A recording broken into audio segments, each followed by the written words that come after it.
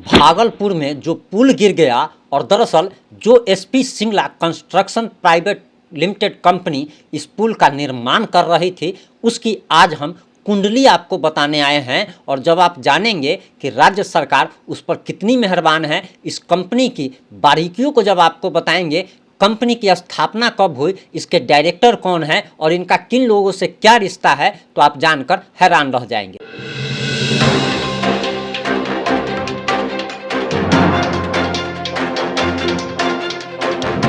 नमस्कार, मैं प्रिंस कुमार सिंह और आप देख रहे हैं पॉजिटिव इंडिया। दरअसल आपको बताते चले कि ये कंपनी का ट्रैक रिकॉर्ड काफ़ी ज़्यादा खराब है, जो कि हम अपनी पिछली रिपोर्ट में भी आपको बता चुके हैं। वहीं आपको बताते चले कि यह कंपनी बिहार में सबसे पहले जांच के दायरे में तब आई थी जब मई 2020 में पटना में मुख्यमंत्री नीतीश कुमार की महत्वाकांक्षी परियोजना लोहिया पथ चक्र के निर्माण के दौरान कंक्रीट स्लैब गिरने से 3 बच्चों की मौत हो गई थी। यानी कि यह कंपनी कितने लोगों की बलि ले चुकी है, इस बात को भी समझना बहुत ज़्यादा जरूरी है। आपको बताते चले कि दरअसल ये जब घटना हुई थी तो कंपनी पर जांच बैठाई गई थी और जांच कराने की घोषणा हुई थी, लेकिन इस घटना में पूछताछ भी की गई। लेकिन इस घटना के बाद जांच में आखिर क्या निकला, ये आज तक पता नहीं चल पाया, क्योंकि इस कंपनी पर कोई भी कार्रवाई नहीं हुई। और आप ये जान करके और ज़्यादा दंग रह जाएंगे कि बिहार में ये कंपनी सिर्फ भागलपुर वाला पुल नहीं बना रही थी, बल्कि इस कंपनी को बिहार में 9,000 करोड़ का ठेका मिला हुआ है। वहीं आपको बताते चले कि दरअसल इस पुल जो गिरा है, इसको भागलपुर का पुल इसलिए बताया जा रहा है जबकि ये भागलपुर से सुल्तानगंज का है। लेकिन बहुत लोग इतने ये हैं, इस टाइप के हैं कि उनको समझ में नहीं आता है कि जैसे कि किसी भी घटना के बारे में अगर आप रिपोर्टिंग करते हैं तो उस जिला का नाम बताया जाता है। अब भागलपुर जो जिला है, अब उसके यहाँ उसके कोई प्रखंड में कोई घटना अगर घटती है तो उस प्रखंड का नाम बाद में, जिला का नाम पहले बताया जाता है, ताकि बाहर के लोग भी अच्छे से रिपोर्ट को समझ सके। वहीं आपको बताते चले कि दरअसल उस घटना की जब पटना के लोहिया पथ वाला जो कंक्रीट स्लैब गिरा था, जिसमें 3 बच्चों की मृत्यु हो गई थी, उसके बाद जांच के आदेश दिए गए थे, लेकिन कोई भी जांच नहीं हुई। वहीं आपको बताते चले कि बिहार सरकार ने 9,000 करोड़ का प्रोजेक्ट एसपी सिंगला कंपनी को दिया हुआ है।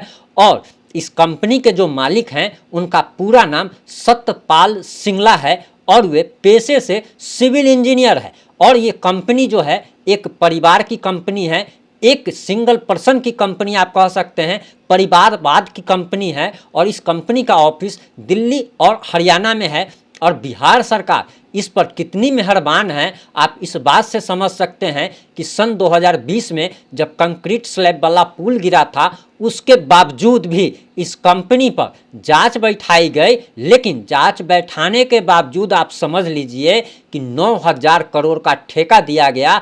और ये 9,000 का ठेका क्यों दिया गया, ये सवाल अब जनता बिहार सरकार से पूछ रही है कि आखिर जो कंपनी ब्लैक लिस्टेड है, उस कंपनी को सरकार ने आखिर इतना बड़ा टेंडर कैसे दे दिया, जबकि उसका ट्रैक रिकॉर्ड इतना ज़्यादा गंदा है। वहीं आपको बताते चले कि दरअसल इस कंपनी को जो टेंडर दिया गया है, उसके बारे में अब हम आपको बताने जा रहे हैं। पटना में पुराने महात्मा गांधी सेतु के समानांतर नया महात्मा गांधी सेतु पुल जो बना रही है, यही कंपनी बना रही है। ये पटना को हाजीपुर और उत्तर बिहार से जोड़ने के लिए बनाया जा रहा है।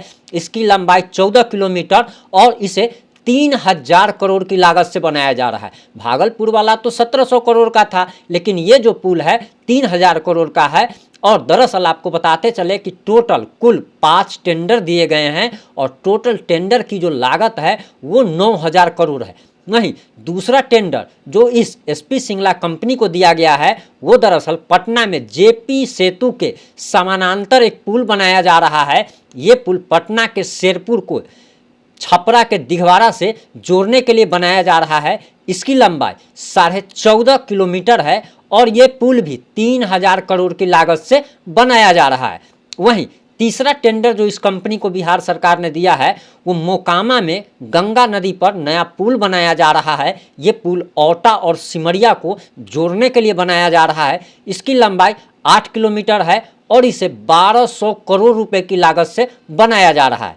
वहीं चौथा जो है वो किशनगंज कस्बे में फ्लाईओवर तैयार किया जा रहा है और इसके बारे में डिटेल सरकार ने नहीं दिया है कि इसे कितनी लागत से बनाया जा रहा है। वहीं पांचवा जो टेंडर जो मिला था वो गंगा नदी पर भागलपुर पुल बनाया जा रहा था, जो कि लगभग 3 किलोमीटर लंबा था और इसकी पुल की लागत 1717 करोड़ रुपए थी और ये रविवार को ढह गया।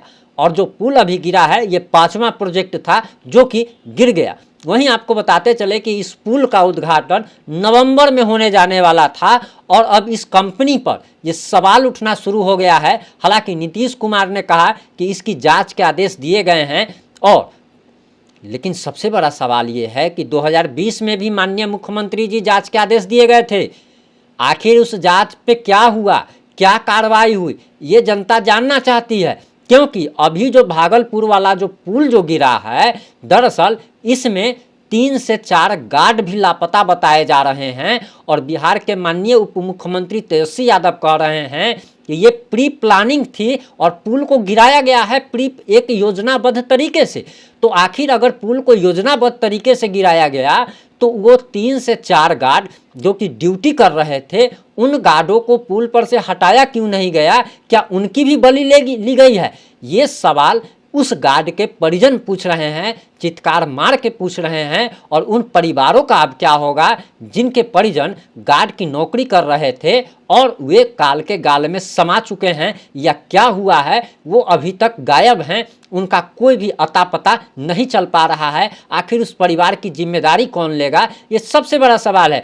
नहीं, आपको बताते चले कि दरअसल इस पुल का ठेका जो है 2014 में ही इस कंपनी को दिया गया था। और सोचिए कि बिहार में काम कितना तेजी से हो रहा है कि 2014 में जो ठेका दिया गया वो 2023 तक पूरा नहीं हो पाया था, 2023 तक पूरा नहीं हो पाया था। और सबसे बड़ा सवाल तो ये है कि जिस कंपनी को ये ठेका दिया गया, या इतना बड़ा बड़ा ठेका 9,000 करोड़ रुपया जनता के टैक्स का पैसा, वो आखिर जब ब्लैक लिस्टेड थी तो आखिर क्या तुक था कि इसको देने का? वहीं अब लोग ये सवाल उठा रहे हैं कि दरअसल नीतीश कुमार और उप मुख्यमंत्री तेजस्वी यादव का इसमें हिस्सा फिक्स था, क्योंकि जेडीयू बीजेपी की जब सरकार थी और इसी पुल का पाया जब ढहा था तो यही तेजस्वी यादव जब विपक्ष में थे तो छाती पीट रहे थे और घोटाले की बात कर रहे थे। लेकिन यही तेजस्वी यादव का दोहरा चरित्र और चाल अब सामने आया है जब ये सरकार में है और पूरा का पूरा पुल जब गिर जाता है तो ये एक बेवकूफ़ी भरा बयान देते हैं कि योजनाबद्ध तरीके से गिराया गया है और इस पुल को फिर से बनाया जाएगा।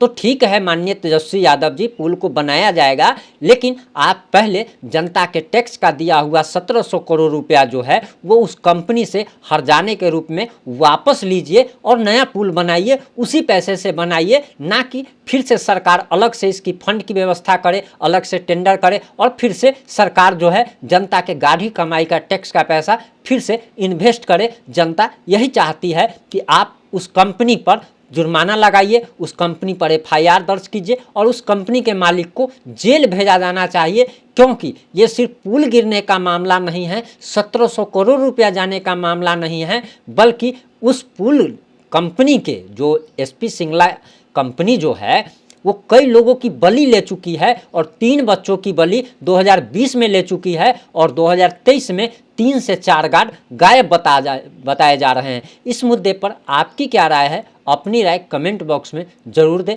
जुड़े रहें हमारे साथ। जय हिंद, जय भारत, जय जय बिहार।